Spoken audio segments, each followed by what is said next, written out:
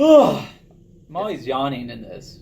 What's up, OCR Minute? It's me, Miles Keller, and Sleepy Time.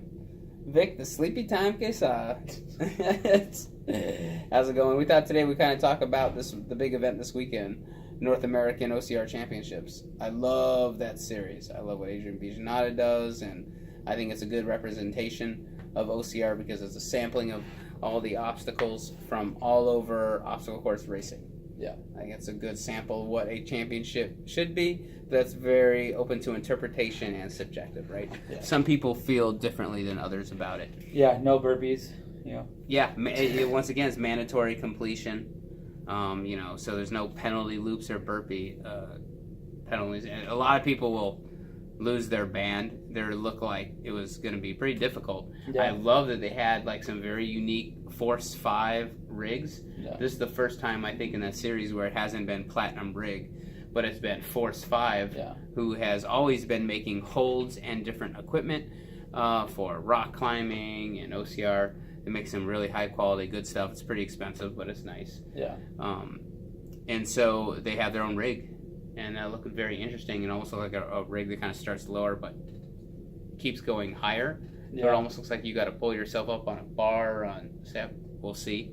Then they got Green Beret Challenges, low rig, where it's just the rope down below. That's gonna be a lot harder, especially for the taller guys.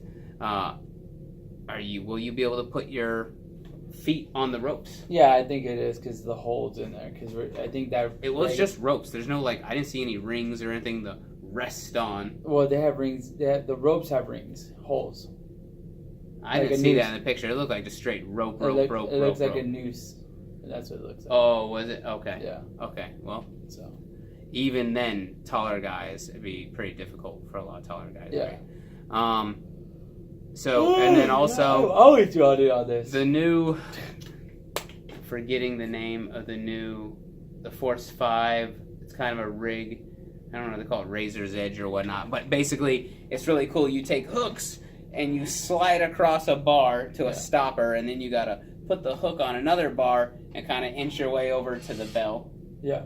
I like that. That's pretty interesting. A different take on the Skyline. Yeah. Right? That you normally see at OCR Worlds. Yeah. Skyline was a good obstacle, but I think this one's gonna make it harder because that transition trying to slide using nunchucks with the hooks. Yeah. We say Skyline is super easy, but that cost Hunter McIntyre the win because he missed the bell. Yes. Right? He didn't even try and hit it. He just there was slid no down. Bell. He didn't know there was a bell. Well, no, I think the bell was there. I think the bell fell off.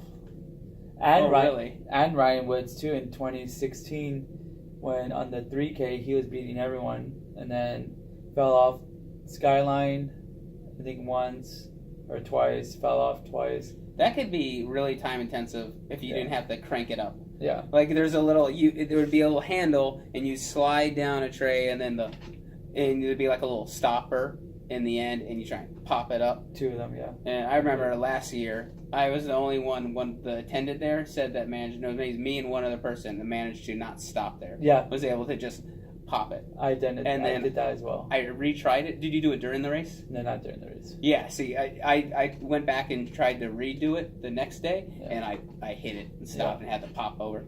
Not a big deal. But if you were to fall, you have to walk back to the beginning, and then there's a little crank, like a little fishing rod, and wheel your handle all the way back before you can attempt it again. And I think that's what they're not doing. You're right at the end of the race, so you can see the finish line. I think that's what they're not doing anymore because of how you have to crank it. So that could be a malfunction on some things.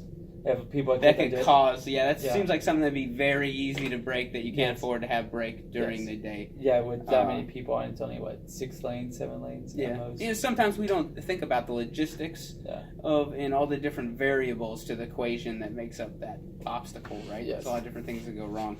As far as people you think are going to be there and going to win, what's your take, Vic? Well, I know Atkins is going to be there. Mark Baltres. I know the Kenson brothers will be there. Cole Schwartz will be there? I almost say Cole Sager. Cole Schwartz. Schwartz will be there. I can't think of all the main. Maybe Killian will be there. I'm not sure. I mean, Killian normally always makes it. He actually Maybe Kurt DeWitt. No, I talked to Killian earlier in the week. He cannot make it because he has military duty that he is obligated to and cannot get out of. Yeah. It's one thing that if he goes to Spartan, he knows the military knows he has a contract with Spartan and can't miss those races, and he gives them notice in advance. But something like OCR Worlds or North American OCR Championships, these are subsidiary, they're like ancillary races for him, so he can't always get away from that, and it sucks that it keeps landing on a week of duty that he can't get away from. Out there being the all-American superhero. I wonder if the Canadians, I think Jesse Bruce would be there. I gotta imagine all the Canadians are probably gonna come out of the woodworks. Mikhail and Jesse Bruce. Actually, I think Mikhail's Austin Azar will most definitely be there. I'd be super surprised if he wasn't there. Yeah. And then, of course, one of my favorites, Josh Stride. Yeah. Let's see. If he's not injured, or he took a week off from riding, or he's having issues too, but I'm not sure. Is he having issues? Yeah, not sure that's right. He posted about that, but I think he's healed up by now. The women, who do you think are going to be there? I know Lindsay would be there. I mean, my take is still Lindsay and Atkins for the win. Yeah. Both days. Natalie Milano. Well, you know what? The women have really given Lindsay a run for her money on the 3K course in the past couple of years. Yeah. I'm not sure Nicole will be there. Miracle. This would be a really good race for Miracle. Yeah. I don't know. Short, fast. Well, no, I'm sorry. There's lots of climbing. It's not Texas. Someone thinks it's like, I know. I'm used to that. Someone thinks, what is it supposed to be? Someone said like 4,000 feet of gain and for the 3K?